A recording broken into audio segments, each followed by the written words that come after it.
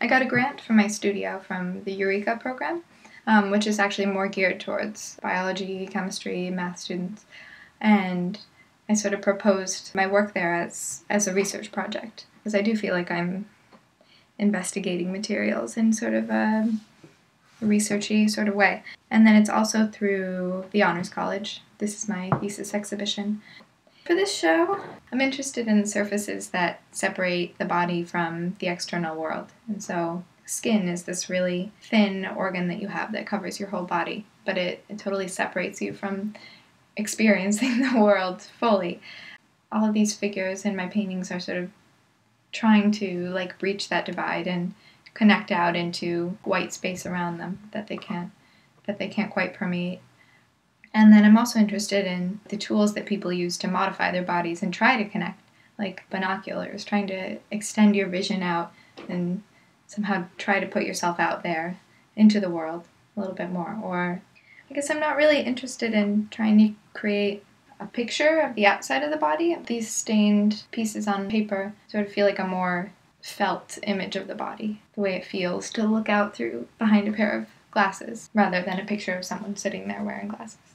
In terms of influences, there's a Brazilian artist named Lygia Clark from the 60s who I got really interested in this semester. Looking at her work and looking at early 20th century modernism, I feel like there's this great hopefulness in that kind of work, this hopefulness for communication between people through really minimal art. And Lygia Clark made goggles and made masks that were supposed to facilitate communication between people. And she didn't even think about them as concrete art objects. They were just supposed to be these sort of intercessors between people to get them to really look at each other and listen to each other. And I'm really interested in her work, and I almost wish I could make something that was that sort of hopeful.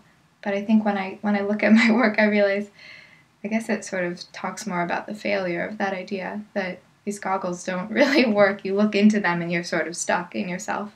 Or a lot of these figures seem kind of stuck in the paintings. Maybe they're trying to push their way out or trying to peer out, but they're pretty stuck in there.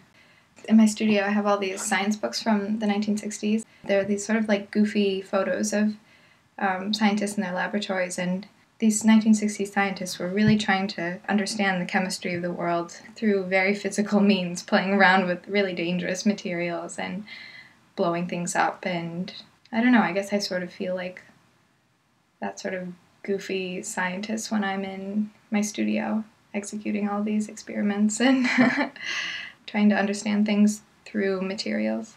All summer I played with lots of different materials and messed around, and I started working with enamel, and the pieces I'm working on now are really dissolved or really thinned out enamel paint and then sort of stained onto paper. And I'm using a sponge brush, which I found works really, or it allows me to create the same sort of gestures that I do with a pencil. They're sort of a humble, dorky kind of tool, but I've enjoyed trying to really master this weird tool and get as much as I possibly can from it. It takes me a while to get really into what the medium wants to do, what this the shapes that this ridiculous sponge brush want to make. And then open to the irrational, I guess, and open to unexpected things coming out. And I think that's often when the work is the best.